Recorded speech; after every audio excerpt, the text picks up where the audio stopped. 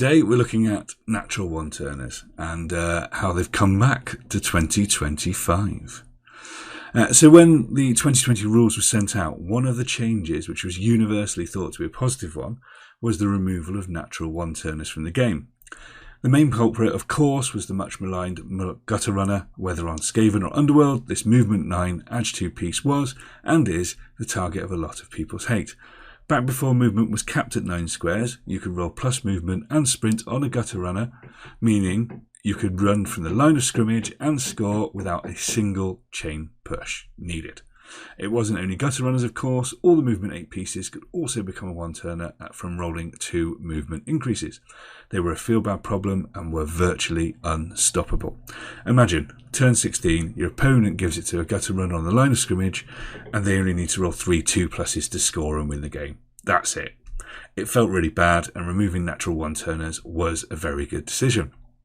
However, they are now back, and it is all the fault of just one skill: hit and run. On the 8th of October 2022, the new Amazon team was released, and with it, a skill: hit and run. Hit and run did exactly what it says on the tin, allowing the Amazon blitzer to hit an opponent and then jump away to stop itself being hit back. The skill itself is not problematic. It's a good skill. It's very enjoyable to use. The fact the 1 square of movement after the hit was free, however, that was a little problematic. What this did was it allowed the movement of a player to artificially rise above the 9 square cap. They could blitz, move an extra space with no cost, meaning a movement 9 player could, when using blitz, move 10 squares. Coupled with sprint, this equaled the 13 squares needed to score from the touchline.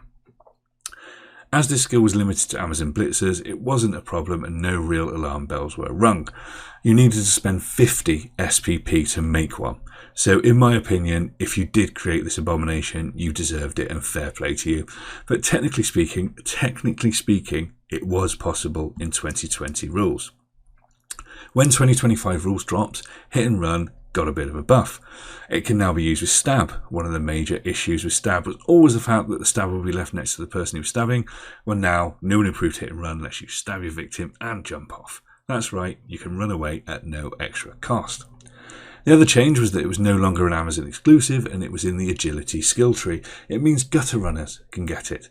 Whereas it was 50 SPP for the Amazon blitzers, it's now 14 SPP for a gutter runner to become a natural one-turner. Plus, hit and run is a great pick on gutter runners regardless. Those speedy little beggars now come with stab, meaning they can take advantage of the hit and run buff. You want to base my gutter? Fine, I get to stab and step off. No risk whatsoever, and I might get a cheeky Kaz. There's literally no downside in taking the skill. Then there is the one turn. Rather than being a true natural one-turner, where you can just walk the ball in, hit and run does make you work for it.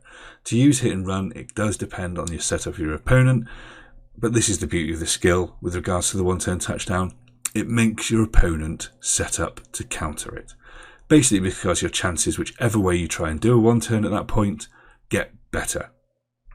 All the upcoming examples are there to illustrate the difference in odds between a normal one-turn and a natural hit-and-run one-turn. As such, the gutter runner is the only player with any skills. They have sprint and hit-and-run. The rest do not have any skills.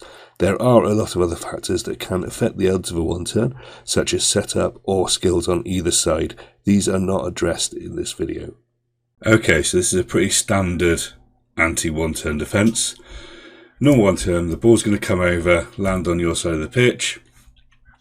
In this instance, we actually want to hand the ball off straight away due to the amount of people that are marking the gutter runner. So, 2+ pickup, 4+ handoff. Next, we're going to put something to cancel the assists, so we've got more dice with the Rat Ogre. So we'll bring this guy in. Then we're going to blitz on there with the Rat Ogre. So we hit this guy, pushing him into the hole. That's 2 dice with 2 pushes. We then get 3 dice, and we just need a push there. And the gutter runner of the ball moves up into the position on the other side of the pitch. We then want to move the gutter that ran in to push the ball off over. So we get 2 dice to push him over. This allows us to push at the back, pushing the gutter runner through into the centre there. 2 dice, but you can get a push, pow, or defender stumbles. Then it's a 2+ off, and then there, with just 2 go for it to score. Which means the odds of it succeeding are 5.4%, or 17.9% if you have 1 reroll, or 30% with 2 rerolls, so not massive.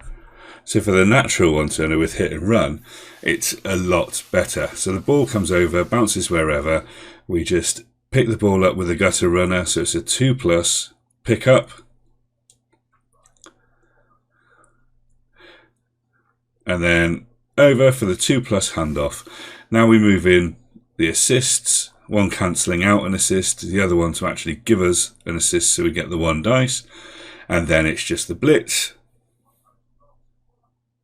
So 1, 2, blitz, we need a push, stumble or pow, hit and run off. And then it's just 3 go for it to score. Which is a 26.8% success, or 58% with 1 reroll, or 73% with 2 rerolls. The odds of it succeeding are increased massively. It's almost the same odds of completing a natural 1 turn with hit and run without any rerolls as it is of completing the normal 1 turn with 2 rerolls.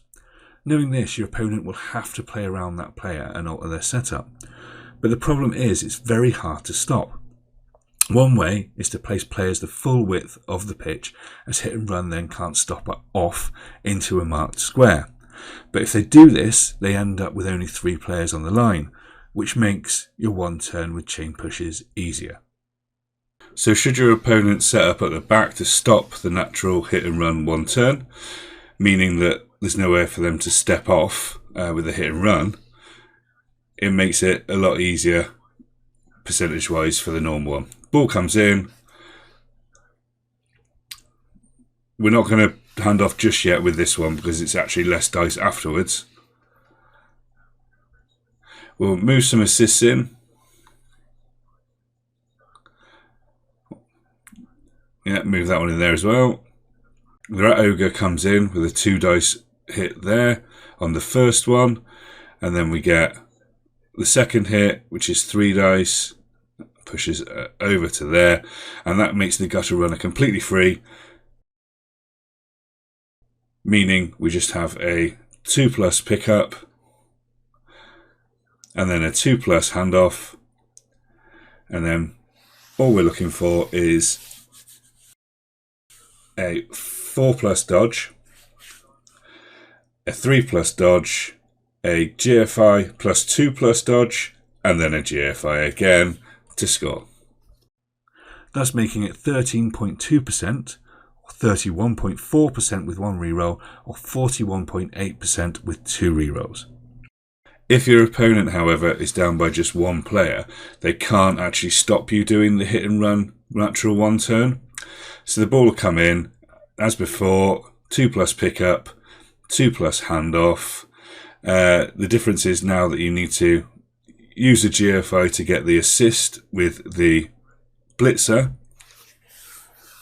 And then, exactly the same as before, it's the 1 dice blitz. You need the GFI to hit.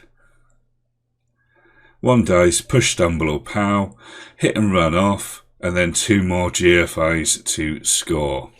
Because of the rush to assist, it's 22.3%, or 52.1% with a reroll, or 68.8% with 2 rerolls. So no matter what they do, hit and run and sprint makes the 1 turn easier.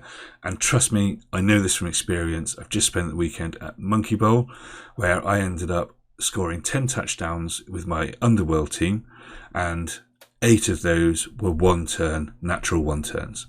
Basically, I was just scoring and then going on defense.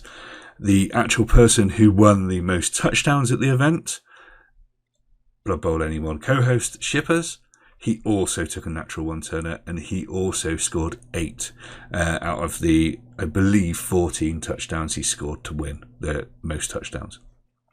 It is filth. So in conclusion, one-turners are back, and I am yet to decide if that's a good thing. In this video, we've talked through from the gutter runner's perspective, but it's only an extra 16 or 18 SPP to get the movement up on a movement 8 player. A wood elf catcher, for example, just needs move up and hit and run. 7 movement is also in with a shout, but it does need an extra 2 movement. I'm currently looking to make a natural one-turning fox, but that may take some time. On the plus side, at least there isn't anyone who can just walk it in without rolling the dice. Or is there? Well, no, there isn't, but Grack and Crumbleberry do come pretty close.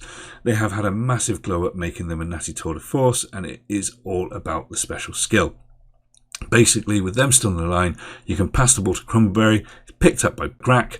He can then run forward using dodge, break tackle, place Crumbleberry down and miss, 7 spaces from scoring, and it is just a couple of GFIs for the touchdown. The crowd goes wild, your opponent flips the table, and you get to wear a smug grin all the way to the bar. But that's it. Will you be building a natural one-turner? Do you think they spoil the game? Should they be outlawed, or should they be allowed more often? Let us know in the comments, and don't forget to hit that follow button. It really helps us out.